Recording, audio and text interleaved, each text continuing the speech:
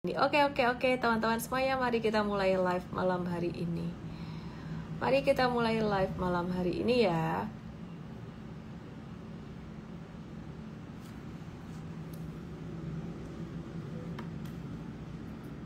So this weekend kita akan ada workshop Super Trader. Teman-teman yang pengen belajar di workshop Super Trader for the next batch, DM aku aja ya, supaya bisa dapat early bird-nya. Workshop Super Trader itu workshop 2 hari. Kayak aku langsung aja belajar saham bareng aku ya. Langsung live ketemu in person di Jakarta. Bikin dong di kota lain, tidak saya dari Solo ke Jakarta, spesial ke Jakarta untuk kamu. Oke, kita mulai live malam hari ini. Nama saya Ellen May. Teman-teman yang ada di TikTok mungkin baru kenal saya. Jadi teman-teman barangkali mau follow IG saya, namanya Ellen May _official, dan aku juga lagi live di situ dan di YT aku.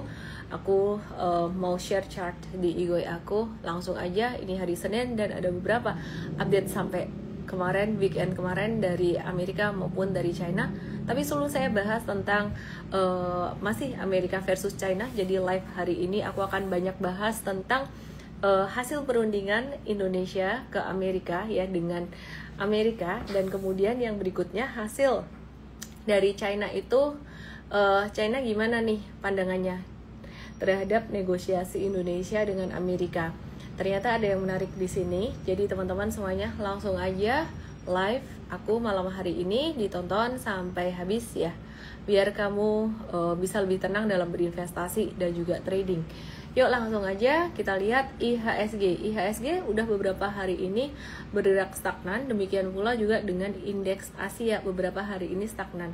Nah, kenapa stagnan? Karena beberapa hari terakhir ini tidak ada info atau sentimen yang berarti. Jadi tanggal 8 waktu itu bottom market ya, karena tarif resiprokal dan Indonesia cuma turun 7% dari puncaknya, terus kemudian malah naik 10% dari bottomnya ya. Jadi kalau diperhatikan dari 27 Maret libur lebaran, terus kemudian turun di 8 April waktu itu kena trading halt, dan dibandingkan naiknya ternyata malah secara percentage lebih banyak naiknya kalau teman-teman ada buy di bawah di tanggal 8 kemarin. Harusnya saham-saham bankingnya juga masih cuan. Nah, meskipun demikian saat ini rally di market ini udah mulai ketahan, kecuali tadi Antam sore hari ditarik naik ya. Jadi kalau tadi ada yang nanya saham-saham perbankan per hari ini kok ada gerak naik di akhir sesi, mari kita lihat ya. Karena apa sih? Enggak sih, BBCA di akhir sesi justru malah dia turun, posisinya agak-agak turun. Di sini sebenarnya saya melihat bahwa investor gede itu sudah mulai mereka mengurangi beli-belinya lagi. Kelihatan dengan volume transaksi perdagangan dari 14 April itu kecil. Udah mencapai puncaknya pada 14 April kemarin sejak 8 April, dan ini volume perdagangan kecil. Jadi sebenarnya investor gede lagi wait and see. Apa sih sebenarnya yang akan terjadi ke depan?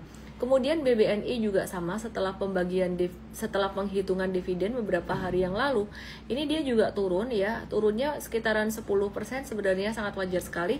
Sampai hari ini itu turun sekitar 10%, itu sangat wajar sekali karena dividen yieldnya juga sekitaran 9%. Nah, BMRI juga sempat bagi dividen dengan dividen yield yang lumayan gede, sekitaran 9%-an juga. Di mana waktu itu turunnya kalau kita perhatikan di sini, ini turunnya sekitaran ini kan 5% ya. Nah, terus kemudian turunnya di sini sampai sekitaran 8%. Beberapa hari setelah Camdet turun sampai 8%, per hari ini 8,8. Ini masih sangat normal sekali. Jadi kalau teman-teman ada yang bertanya-tanya kenapa sih BMRI turun sejak tanggal 14 April sampai hari ini tuh turun terus gitu. 14 April mungkin mantul dikit, marketnya masih hijau. Kalau saham-saham lain malah puncak ya, ada puncak kecil tanggal 14 April, terus sampai hari ini malah turun terus. Apa yang salah? Tidak ada yang salah.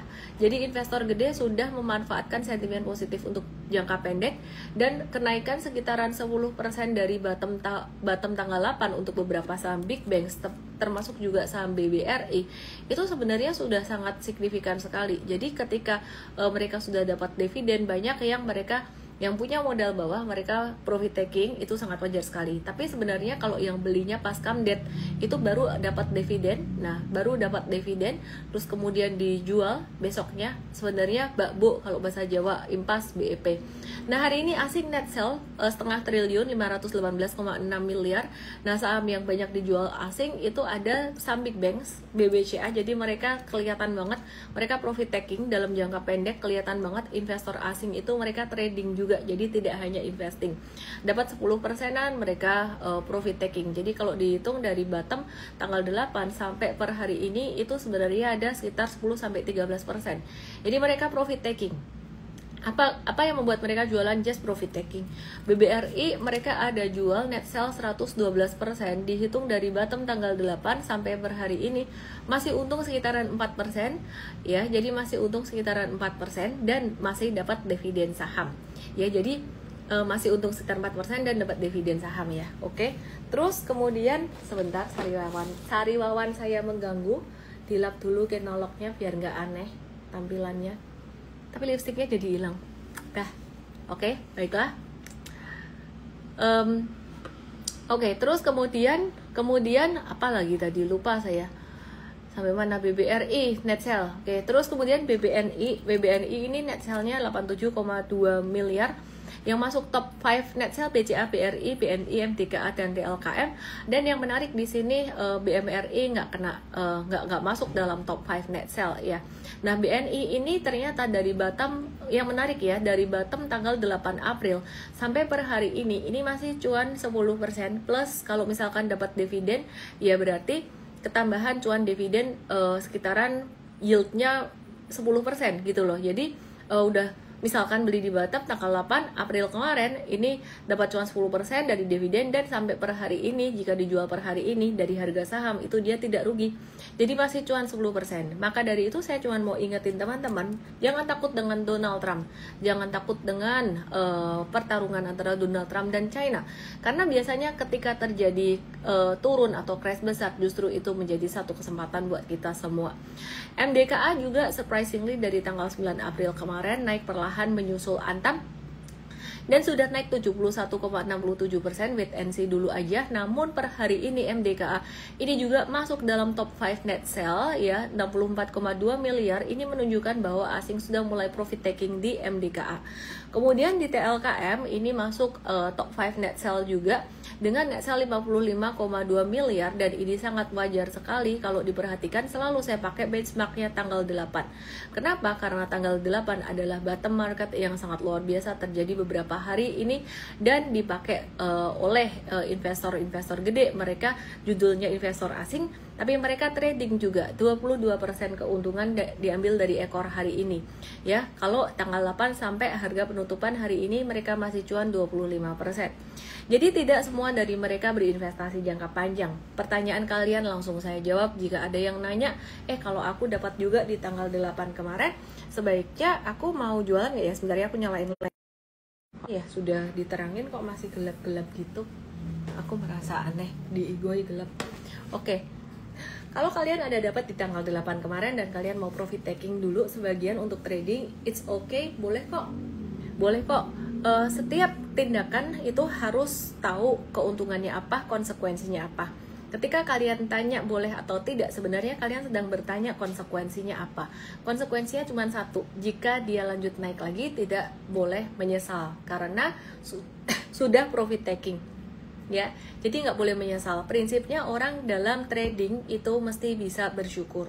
Mesti bisa bersyukur ya. Kalau dalam investasi ya sama sih. Tapi investasi itu lebih ke jangka panjang, lebih ke sabar sebenarnya. Sabar apa? Sabar menunggu valuasi murah. Kalau udah beli valuasi murah, kadang masih turun dikit, sabar menunggu dia naik. Oke ya. Jadi kalau kalian nanya ada belanjaan di tanggal 8 April, ya manfaatkan untuk profit taking dulu seandainya kalian kepengen merasakan cuan untuk jangka pendek. Terus kalau investor jangka panjang gimana? Itu sih udah pasti, namanya juga investor jangka panjang. hold terus. Tapi kalau kalian jadi investor jangka panjang, pengennya investasi jangka panjang, tapi masih nanya ke aku, jual nggak ya? Aku pengen investasi jangka panjang, jual nggak ya? Aku mau memetakan pertanyaan yang ada di struktur berpikir kalian. Berarti pertanyaan kalian adalah, nanti kalau aku hold, kalau turun gimana? Nah, sebagai seorang investor jangka panjang harus tahu ilmunya. Sabtu kemarin aku udah bahas di Investart tentang bagaimana cara berpikir Warren Buffett. Ya, jadi aku udah ajarin secara lebih details. Jadi hopefully teman-teman yang investing gak galau lagi untuk jangka pendek. Jika masih belum sempat ikut acara kemarin dan masih bingung untuk investasi jangka panjang, takut kena turunan, saran aku sih profit taking aja. Terus tapi nanti kalau naik gimana? Ya maunya gimana sih? Ya udah kalau gitu profit taking separuh. Ya profit taking separuh, kamu udah cuan separuh, separuhnya lagi kalau misalkan naik kamu masih ada barang. Tapi kalau misalkan turun gimana? Iya, kamu kan udah profit taking separuh gitu. Nah, itu kacamata positifnya. Kalau kacamata negatifnya bisa juga dibalik. Ya, naik, gue udah jual separuh. Ya, turun. Tahu gitu gue jual semua di atas. Saya mau kasih tahu satu hal penting, bahwa di dalam berinvestasi kamu tidak bisa seperti ketika kamu sekolah, yang ketika kamu sekolah mungkin ada anak-anak berprestasi, orang-orang yang dulunya berprestasi di sekolah perfeksionis. Semuanya bisa diatur, apalagi kalau gurunya yang bikin soal ulangan sama persis plek-keteplek sama kisi-kisinya, sama persis seperti bahannya. Kamu bisa 100 terus nilainya. Tapi inilah kehidupan, kenyataan real life yang dimana hidupmu nggak bisa nilainya 100 terus. Kita menghadapi banyak ketidakpastian gitu loh. Jadi kayak anakku tadi, dia sekolah, dia ujian, dia ngomel-ngomel, "Mah, itu soalnya nggak sesuai sama bahannya, nggak sesuai sama kisi-kisinya, keluarnya beda, begini." Ya udah, saya dengerin gitu loh. Ya udah, biar apa? Biar tangguh, biar kalau misalkan menghadapi kenyataan di dalam investasi, dalam hidup, memang tidak semuanya sesuai dengan rumus gitu loh. Maka dari itu mindset di dalam investing itu harus berbeda sekali. Kita harus sadar banget bahwa mindset saat investing bukan mindset kepastian. Kita harus embrace adanya resiko dan ketidakpastian. Mindset sangat penting sekali. Bahkan kalau kalian nanya metode itu didasari mindset. Ketika saya belajar metode investing Warren Buffett, saya akan selalu cari mindsetnya. Ketika saya belajar metode trading, dulu saya belajar dari David Ryan, juara US Investing Championship di Amerika. Itu aku juga pelajari mindsetnya gimana.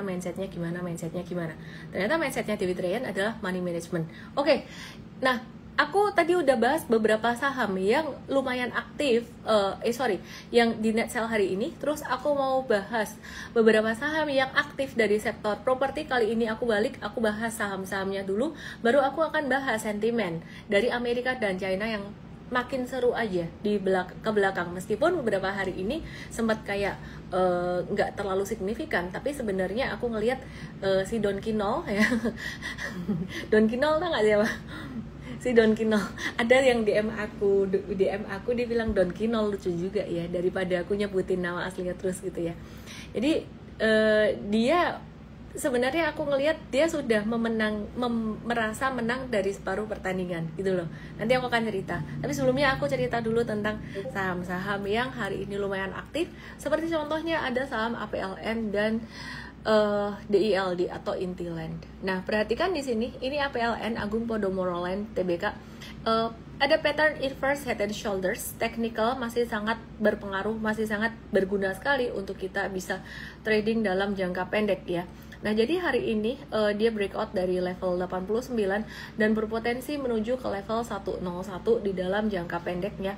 Disclaimer teman-teman semuanya ini tergantung juga dengan kondisi makro secara garis besar. Kalau tiba-tiba ada berita yang tidak baik banget, nah asik akan buang barang. Tapi kayaknya kok investor gede ini kayaknya kok sudah mulai terbiasa ya dengan apa yang dikatakan oleh Don Kinol ini. Jadi hasil negosiasi Indonesia di Amerika yang menurut saya win buat Amerika, lose buat Indonesia, ini juga nggak terlalu ditanggapi secara signifikan oleh investor besar. Ya mereka memang profit taking hari ini, banyak saham-saham big banks yang net sell, tapi menurut saya itu masih sangat wajar sekali mengingat kenaikannya tinggi dari tanggal 8. Nah, jadi untuk APLN ini kita trading doang di M-Trade tadi, dan be very careful, this is not a buy recommendation. Oke, aku lanjut lagi ke sektor properti industrial. Hari ini saham Intelland Development naik dengan volume transaksi sangat tinggi sekali. Saham-saham kayak gini hanya untuk trading aja. Jika tadi kamu ada yang dapat, manfaatkan kenaikan besok, mungkin masih bisa naik lagi untuk profit taking. Ya, jadi manfaatkan untuk profit taking. Nah, terus jangan ngejar breakout trades ketika market lagi kondisi saat ini, seperti saat ini. Saya kasih contoh PNLF per hari ini, kita memilih untuk review sell. Kenapa? Karena dengan kondisi market seperti ini, apalagi kemarin pasti banyak teman-teman yang sempat ya kena turunan. Sebelumnya kan turun banget. Nah, di sini kita manfaatkan untuk review sell. Meskipun hari ini tadi sempat naik ya berapa persen ya? Aku coba hitung ya. Tadi naik sekitaran 14%, 15%. Nah, jadi kita manfaatkan untuk review sell dulu tadi untuk antara membatasi risiko atau profit taking, kira-kira kayak gitu. Jadi besok kalau misalkan ada APLN atau DILD-nya rally lagi, sebenarnya teman-teman manfaatin aja kalau misalkan kalian ada yang punya saham ini, baik modal di bawah atau modal agak di atas, untuk mengurangi posisi. Kenapa? Mumpung dikasih napas, ceritanya kayak gitu kan, marketnya masih bearish, market gedenya. Nah, sekarang kita mau ke Antam. Antam bagaimana? Antam secara fundamental memang sangat menarik sekali, kinerjanya kemarin aja secara tahunan udah bagus, dan Antam ini akan berpotensi kinerjanya akan bagus lagi, dan ini juga akan berpengaruh juga, ada kaitannya juga dengan HRTA dan PSAB juga ya. Ya, jadi sebagai supplier ya gitu loh. Nah, terus supplier emas. Aduh, kupingnya bengung.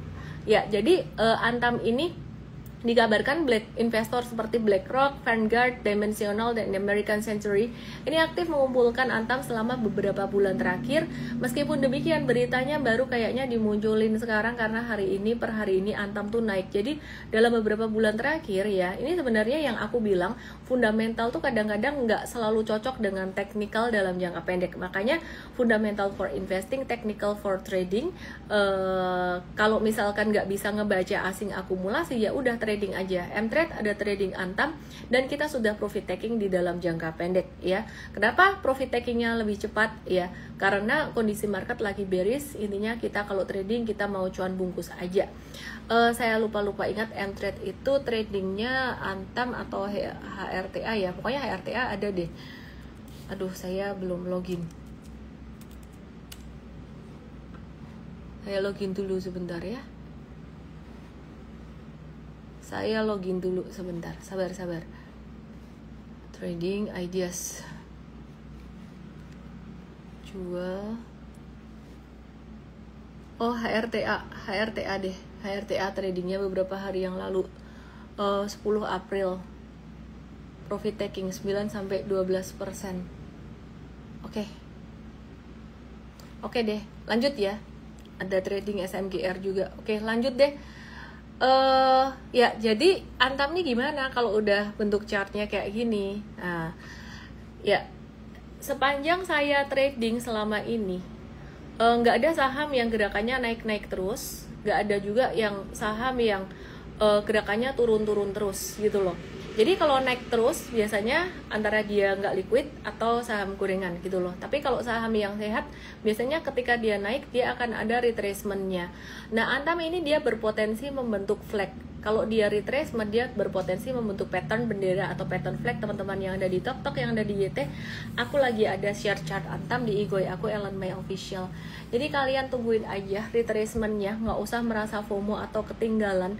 Kenapa? Ya karena sebenarnya semua saham akan ada retracement-nya. Jadi ini kita nunggu retracement-nya sekitaran 1825 ke bawah, kira-kira itu. Nah, jadi nanti jadi retracement yang bagus di area itu ya. Jadi pokoknya nggak cuma retracement pendek doang. Nah, kalau retracement-nya 1935-an tapi panjang itu oke juga. Tapi kalau 1935 pendek, nah kalau mau masuk berarti tradingnya buat short term, buat trading jangka pendek doang. Logikanya simple, logikanya big money udah punya di bawah beberapa hari terakhir ini banyak spekulan masuk. Kenapa? Karena ya beritanya lagi seru aja, banyak orang yang sampai berbondong-bondong beli emas Antam. Oke, teman-teman yang ada di TokTok, yang ada di YT, bisa langsung aja ke Igoi untuk bisa lihat chart yang ada di sini. Terus kemudian aku mau nge-review saham emas-emasan ya. Saham emas-emasan ini ada HRTA yang M-Trade ada cuan 2 digit belasan persen lumayan beberapa hari yang lalu. Kita lagi nunggu retracement-nya juga buat HRTA ya. Jadi kita lagi nunggu retracement buat HRTA. Terus kemudian PSAB kita tunggu retracement, demikian pula juga dengan MDKA. We are being very careful belakangan ini untuk trading. Jadi kita nggak mau yang trading yang cepat-cepatan gitu. Nggak mau trading yang gegabah beli di atas. Money management buat kita dalam kondisi market yang banyak ketidakpastian seperti ini itu sangat kita utamakan sekali. Tapi meskipun demikian kita juga tidak mau sama sekali tidak trading, jadi kita manfaatkan fluktuasi ini. Sebenarnya kondisi seperti ini kita udah di atas beberapa hari terakhir, jadi kita mesti harus pakai otak rasional, jangan buru-buru. Kalau misalkan besok ada saham yang naik lagi ya sudah, yang penting kita mengantisipasi resiko. Kenapa? Karena Donkino mulai berulah lagi ya. Oke, jadi dia gimana sih berulahnya sih dia lebih hati-hati sih kali ini ya, karena China itu mereka benar-benar apa ya, ngomong kita nggak akan berhenti gitu loh, kita nggak akan mengalah, nggak akan menyerah. China bilang bakalan fight ya, dan itu dibuktikan dengan balasan perang tarif berkali-kali. Nah saat ini Donkino ya US mencari cara lain untuk bisa menang dalam perang tarif ini. Saya mau cerita dulu tentang negosiasi. Indonesia pergi ke Amerika, tujuannya adalah untuk melakukan negosiasi. Saya tahu dan saya sudah mengira bahwa keputusan atau mungkin hasil dari negosiasinya tidak akan terlalu win-win. Kenapa? Karena bargaining power kalah. Dan itu sangat wajar sekali ya, kita negara berkembang gitu loh, bargaining power kalah. Dan ternyata hasilnya memang demikian ya. Jadi status negosiasi terbaru saat ini tarif ekspor Indonesia ke Amerika tuh belum diturunin. Tapi Amerika udah minta macam-macam ke Indonesia gitu loh ya. Jadi pemerintah Amerika tuh memberlakukan tarif dasar sebesar 10% untuk semua ekspor dengan tambahan tarif 32% ya. Jadi sebenarnya bukan 32%, dengan ditambah 10% ini sebenarnya nilainya lebih tinggi gitu loh. Tarif untuk tekstil aja itu mencapai sekitaran 40% lebih ya gitu loh. Nah jadi sebenarnya ini sangat win-lose sekali buat Indonesia. Di sini Indonesia ada melakukan beberapa hal dalam negosiasi tersebut. Dalam upaya diplomatis, Indonesia nawarin beberapa konsesi buat Amerika. Satu, Indonesia bakalan Indonesia bakalan impor lebih banyak, berencana untuk impor lebih banyak produk-produk Amerika senilai hingga 19 miliar US dollar, termasuk minyak mentah dan juga LPG, itu energi, kemudian gandum, kedelai dan kapas. Ya, jadi sebenarnya Pak Prabowo niatnya bagus, maunya ketahanan pangan, tapi kondisi perang tarif ini sih saya memahami, saya ngerti lah. Mungkin kalau teman-teman di luar sana sebel, loh Pak Pres katanya dulu nggak mau impor semuanya ketahanan pangan. Nah kondisinya kayak gini, ini kita kalah bargaining power, jadi mau nggak mau gitu loh ya. Terus kemudian yang kedua, menurunkan tarif impor buat produk Amerika. Jadi Indonesia itu udah ngurangin tarif impor buat barang-barang seperti baja, produk pertambangan, dan peralatan kesehatan menjadi 0-5%, serta menurunkan tarif untuk barang elektronik seperti ponsel dan laptop itu jadi 0,5% gitu ya. Jadi anyway, apakah barang-barang di Amerika seperti iPhone masuk ke Indonesia jadi lebih murah? Enggak. Kenapa? Ya kan iPhone buatan negara lain juga udah muter. Amerika ya yang benar-benar produksi dalam negerinya tuh dikit gitu loh. Kemudian yang ketiga, Indonesia juga ngusulin kerjasama strategis, menawarkan kerjasama dalam bidang mineral kritis dan investasi strategis melalui skema business to business ke Amerika. Dan ini juga ujung-ujungnya sih sebenarnya ya nguntungin US juga sih. Tapi yang benar-benar menurut aku ngebully Indonesia tuh Amerika tuh loh, kok sorry ya, aku tuh sebel sebenarnya ngeprotes Indonesia untuk aturan pembayaran digital Indonesia pakai QRIS dan GPN. Itu yang dinilai membatasi peran perusahaan asing, terutama raksasa seperti Visa and Mastercard itu kan disrupted karena perkembangan teknologi ya, gitu loh. Jadi intinya GPN, QRIS ini membuat Mastercard and Visa itu jadi mereka turun gitu income-nya. Nah, terus kemudian ada juga aturan lain tentang kepemilikan asing. Untuk layanan pembayaran non-bank, misalnya aplikasi pembayaran, investor asing tuh cuman boleh megang saham 49% dengan hak suara gitu. Ya, sebenarnya kalau pakai bahasa Jermannya sih Cengli ya. Indonesia kan mau ngelindungin diri sendiri. Di sini mungkin Indonesia merasa waktu itu punya bargaining power yang lebih tinggi. Teman-teman yang di TokTok yang di YT ke Igoy, di Igoy biasa aku ada share chart. Nah, kemudian untuk infrastruktur sistem pembayaran back end batasnya tuh 20% aja gitu untuk kepemilikan asing. Nah, jadi intinya US tuh protes karena perusahaan-perusahaan Visa, Mastercard dan pembayaran lain itu gak merasa kok dibatasin, terus gak diajak ngobrol dulu sebelum aturan keluar. Siapa lo gitu loh, ini negara-negara sendiri kan. Ya jadi mau bikin apa ya, ngapain lo minta izin lo, siapa lo gitu. Ini termasuk bully sebenarnya kalau menurutku lo. Tapi ya mau gimana, ya kan Indonesia kita nggak bisa nyalahin kayak Menko Erlangga, Menko Sri Mulyani gak bisa nyalahin karena mereka harus diplomatis. Ya ini memang bargaining powernya, secara powernya kalah gitu loh. Kalau sama China berani ngelawan. Kenapa? Bargaining powernya besar, Amerika butuh China. Terus yang lucu lagi ya kalau ini sih ya oke lah ya. Tapi kayaknya nggak bisa, susah buat ngebenerin ini. Orang Indonesia terlalu kreatif. US tuh nyorotin dagangannya Mangga 2, pasar Mangga 2 sebagai sarang barang bajakan yang ngehambat hubungan dagang dengan Indonesia. Ya, jadi US ngedesak Indonesia untuk memperbaiki penegakan hukum kekayaan intelektual atau HKI. Wah, kalau ini udah susah banget. Ini bukuku aku 3 ini. Nah, ini udah dibajakin di mana-mana dan aku juga udah ya selalu lah gitu. Kita akan keluarkan versi revisinya. Kita akan revise isinya yang baru nanti. Ya, tapi dengan produk digital kita terus berubah terus. Jadi kalau lu baca kita berubah dan tiap hari ada update terus. Apanya yang mau dibaca, mau baca juga udah nggak relevan gitu loh. Makanya ya mau gimana ya, minta perlindungan penegakan hukum kekayaan intelektual di Indonesia susah. Wong rakyat Indonesia sendiri aja tidak terlindungi bro. Ngelindungin lu yang dari sono, mendingan ngelindungin rakyat sendiri. Kalau bisa mah dari dulu rakyat sendiri udah dilindungin. Susah bro, susah. Tiap hari tuh di Igoy saya, di TokTok saya keluar akun palsu, impersonation. Bisa nggak diatasin? Sampai sekarang belum ada yang bisa ngatasin gitu loh. Ya jadi nggak ngerti lah hukumnya bagaimana juga, nggak teratasin. Jadi ya kita rakyat Indonesia kayak sudah terbiasa dengan hal-hal seperti ini dan lama-lama melindungi diri sendiri. Jadi I think kalau aku bisa ngomong ke beliau-beliau yang ada di sana tuh, ya bro lu lindungin diri sendirilah, manja banget kayak gitu, rakyat Indonesia aja bisa bertahan dengan begini gitu loh.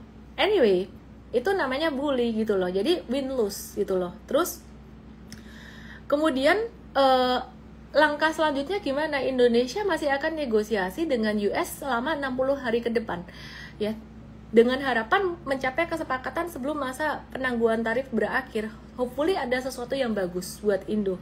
Tapi kalau aku ngelihatnya ya, si Don Kinol ini orangnya tuh bener-bener dia kayak bisnis banget, bener-bener bisnis doang. Dia nggak ada tuh yang pakai perasaan suka-suka apa segala macam, nggak ada tuh.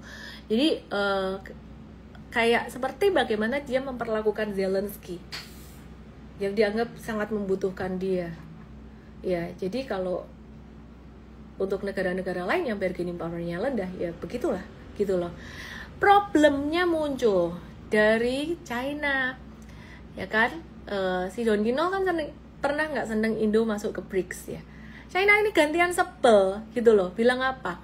Menyampaikan peringatan tegas dari Detikcom nih, ya bilang China tuh nyampein peringatan tegas buat negara-negara yang lagi nego terkait tarif yang digagas oleh Donald Trump, si Don Kinol, karena dinilai bisa ngerugiin kepentingan Tiongkok gitu loh. Jadi kenapa?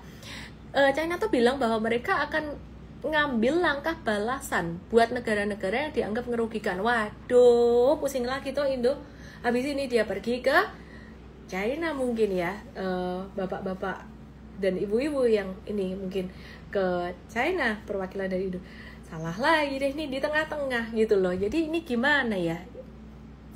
Nah, pernyataan tadi tuh udah disampaikan oleh Kementerian Perdagangan China sebagai respons terhadap rencana Don Quixote yang pengen menggunakan kebijakan tarif itu sebagai alat tekanan buat ngebully terhadap mitra dagangnya China. Jadi yang diserang pinter, perangnya udah nggak naik-naikin tarif lagi, tapi nyerang ke mitra dagangnya China seperti Indonesia, Vietnam, India. Takutlah gitu. Jadi Menteri Perdagangan China Wang Wentao bilang bahwa US itu udah nyalahgunain kebijakan tarif itu dengan dalih kesetaraan, padahal sebenarnya mereka itu lagi memaksa mitra dagangnya buat melakukan negosiasi tarif secara timbal balik gitu ya. Jadi nurunin sampai 10%. Itu bukan berarti itu hal yang benar-benar kayak tulus ikhlas ngasih gitu loh, tapi lu mesti harus ada timbal baliknya ke gue nih gitu ya. Jadi ini benar-benar udah ngebully sih. China tuh memperingatkan kalau sampai masih terus berlangsung, maka sistem perdagangan global itu akan balik ke prinsip siapa kuat dan dia menang. Terus China juga ngomong bahwa China tuh sebenarnya berkomitmen untuk kerjasama dengan berbagai negara serta memperjuangkan keadilan dan kejujuran di tingkat internasional. Nah, presidensi ini last week itu ada kunjungan luar negeri pertamanya di tahun 2025 dengan mengunjungi Vietnam, Malaysia, Kamboja. Lihat nih, yang dibutuhin China siapa? Vietnam. 2 Malaysia, 3 Kamboja. Indonesia belum. Sabar ya Indonesia ya. Nah, dalam pertemuan dengan para pemimpin ketiga negara itu, presidensi itu ngajak untuk memperkuat kerjasama dalam menolak tarif sepihak dengan tindakan penindasan lainnya. Terus China nuduh Amerika tuh melakukan bully lah, intinya kayak gitu. Problem with Indonesia, kalau Indonesia kan di tengah-tengah ya. Indonesia tuh sebenarnya kalau aku bilang lebih sangat membutuhkan China. Kenapa? Karena Indonesia banyak ekspor batu bara tuh ke China. Jadi dengan Indonesia pergi ke Amerika dan lihat nih presidensi belum ke Indonesia, itu bisa bikin presidensi geram nggak sih? Ya mungkin agak-agak gemes-gemes dikit. Lu ngapain pergi ke sana gitu loh, bukannya lu merapat ke kita. Tapi kan Indonesia ya takut juga ya. Itu si Don Quixote serem tuh, yang ngebully kita ya, kita mau melindungi diri ya. Hopefully semuanya berjalan dengan lebih baik buat Indo supaya ekspor batu baranya ke China juga masih oke. Karena kalau Indo nggak ekspor batu baranya dikurangin tuh China bisa dapetin batu bara dari India dan bisa dapetin dari Australia, kira-kira kayak gitu. India juga butuh batu bara besar sih. Nah, terus yang menarik nih ya, kenapa sih sebenarnya pada ke Vietnam kayak gitu? Karena di Vietnam tuh aku pernah bikinin konten, sebenarnya kalau bikin bisnis di Vietnam tuh dibantuin sama pemerintahnya dari ujung ke ujung, bahkan dicariin tanahnya, dicariin tenaga kerjanya, aturan dan legalitasnya itu simpel gitu loh. Jadi kayak memang didukung gitu loh. Nah, di Indonesia ya sorry to say ya, masalah pungli aja ini BYD bikin pabrik gede di Subang itu jadi dipalakin, digangguin ormas, tapi tetap jalan, kira-kira kayak gitu kan. Maksudnya malu kan ya, teman-teman rakyat Indonesia, janganlah ada ormas, ada pungli kayak gitu ya. Belum lagi yang lain-lain lah, soal regulation yang mungkin tidak transparan atau gimana, kita sering dengar hal itu. Hopefully everything will be better dari dalam negeri. Ini juga bisa jadi satu pengingat buat orang-orang Indonesia supaya lebih cinta negara, nggak cuman mengutamakan kepentingan sendiri aja.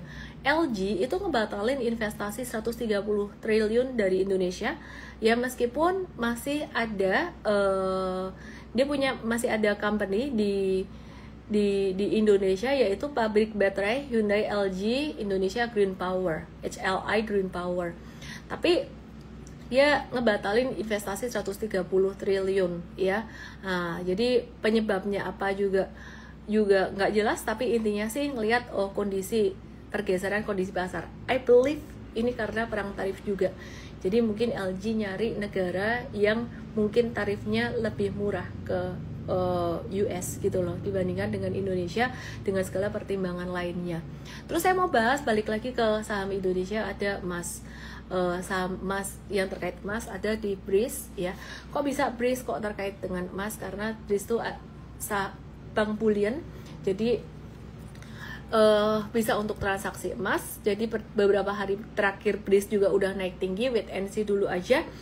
transaksi emas di Breeze dan Pegadaian melonjak, terus dampaknya adalah positif sekali dalam jangka pendek juga. Tapi saya ingatkan, dalam jangka pendek ini sudah naik lumayan tinggi, sekali lagi dari tanggal 8 April, bukan hanya karena emas saja, tapi memang dari 8 April kemarin itu jadi bottom market ya. Nah, jadi Breeze sendiri sebenarnya bottomnya di 8 April sampai saat ini itu sudah naik sekitaran 30-an% gitu. Dan ada banyak saham lain yang sudah naik lumayan signifikan, dan saya rasa ini waktunya kita udah mulai wait and see seperti teman-teman investor gede lainnya. Jangan ngeborong di atas kalau udah naik 30%. Kalian lihat sendiri beberapa investor gede net sell di saham-saham big banks Indonesia mulai profit taking dalam jangka pendek. Hasil belanjaannya di 8 April kemarin. Oke ya. Nah, terus update ya, beberapa saham healthcare di Amerika hari ini naik signifikan ya. Jadi mungkin imbas dari perang tarif juga ya, karena beberapa perusahaan healthcare di Amerika kemarin hampir terimbas perang tarif. Tapi ada sisi, kalau healthcare tuh ada sisi kemanusiaannya lah, harusnya nggak boleh kena tarif. Nah, jadi ini Eli Lilly and Company LLW di bidang healthcare. Nah, ini naik signifikan di US. Saya nggak tahu di sini ada teman-teman yang trading US stocks atau enggak ya, jadi probably just hold aja kalau ada kondisi kayak gini. Nah, bukannya Ellen dulu suka trading breakout kah? Saya suka trading breakout kalau market lagi rally juga, tapi kalau marketnya lagi banyak ketidakpastian, trading buy on weakness itu jauh lebih menguntungkan dan risikonya lebih rendah. Oke ya, terus kemudian teman-teman, Tesla ini diprediksi naik pendapatannya sedikit 1,1% aja. Terus dia menunda peluncuran mobil baru ya. Sedikit tentang US stocks ya. Dia menunda peluncuran mobil baru. Ya, jadi kalau kita ngelihat Tesla sendiri ini lagi di bawah. Menurut aku sih saham-saham US yang lagi turun-turun kayak gini kita perlu liatin valuasinya, pakai ilmunya Mvest bisa. Nanti ke depan Mvest kita akan kasih review juga ya untuk saham-saham global supaya makin banyak contoh atau case study-nya teman-teman semuanya. Meskipun di Indonesia saat ini banyak saham yang valuasi murah juga gitu ya. Kita ke depan akan review. It's not a buy recommendation, tapi Tesla wait and see dulu teman-teman kalau misalkan mau buy, karena tantangannya buat Tesla sangat luar biasa sekali. Dan juga Nvidia ini tantangannya juga luar biasa, di mana dia dilarang sama Don Kinol untuk ekspor ke chip untuk super komputer ke China. Jadi trennya masih turun. Jadi Magnificent Seven US stocks ini kita masih wait and see kalau misalkan teman-teman mau buy on weakness atau mau value investing. Dan CEO Nvidia sendiri lagi ngedorong Jepang untuk nambah pembangkit energi untuk AI yang sangat butuh sekali energi. Kesimpulannya teman-teman, ya market lagi wait and see. Ini Don Kinol sama China lagi mau ngapain? Udah nggak ada sentimen yang sangat signifikan sekali. Don Kinol jungkir balik kayaknya udah nggak terlalu direspon oleh investor gede, karena ya udah terbiasa ya mungkin ya omongannya esok dari sore tempe, kira-kira kayak gitu kalau bahasa Jawanya. Cuman ya untuk Indonesia ini udah naik lumayan signifikan. Wait and see, gak ada salahnya. Kalau naik kamu nggak rugi, kalau turun kamu nggak rugi juga loh. Tapi kalau naik kan kita nggak cuan. Cara mikirnya saat ini jangan harus cuan maksimal ya. Jadi buat teman-teman yang baru mulai investasi, kita mesti ngeliat dulu resiko di market kayak gimana. Oke, aku mau nyalain komen teman-teman semuanya. Hari Sabtu ini, weekend ini ada workshop super trader tapi udah full book. Jadi kalau kalian mau daftar itu for the next batch will be in the last quarter of this year. Jadi kemungkinan antara Oktober atau November jadwal berikutnya. Jika nanti pas dikeluarin tanggal Anda nggak bisa, investasi Anda akan dikembalikan. Jika ingin ikut workshop langsung ketemu saya in person 2 hari full, dapat makan siang, dapat snack 2 kali, dapat apa lagi ya? Dapat M-Trade 1 bulan, M-Trade Academy, ada briefnya sebelum acara, dan sudah setelah acara kita juga ada live trade 3 kali. So I think it's really valuable buat teman-teman yang baru mau mulai belajar. Super trader ini tidak hanya bisa dipakai untuk saham Indonesia, tapi bisa juga digunakan untuk analisis US stocks dan juga bisa untuk kripto, emas. Semoga bisa bermanfaat yang pengen tahu tentang workshop super trader for the next batch di mungkin Oktober atau November. Silahkan DM saya ST aja, cukup ST super trader. UNTR juga ada emasnya. Oke, mau dibahas ya UNTR ya. Yap. Udah naik juga beberapa hari terakhir ini. Wait and see dulu lah, sama aja. Di mana eventnya? Eventnya di Jakarta PNLF. Ada yang bilang nih, siapa nih, Riyadisu, jelas kena goreng tuh. Siap-siap profit taking aja lah ya. Entry tadi udah kasih tahu untuk profit taking juga, atau untuk batasin resiko kalau ada yang punya modal atas. Oke, terus so sorry banget tidak semua chat saya bisa jawab. DM aku ya, bukan tulis di komen saya. Jadi DM itu direct message ke aku, nanti tim aku akan bantu untuk kasih URL-nya atau langsung diskusi nanti lanjut di kayak intinya DM aku aja. Semoga bermanfaat ya, atau langsung aja ke kalau mau ke webnya, mau tahu informasi lengkap, tapi tanggalnya bukan yang April ya, April udah full ya, supertrader.id, tanggalnya belum diganti untuk next batch, karena tanggal next batch di Oktober November belum keluar. Thank you semuanya, salam profit, selamat malam.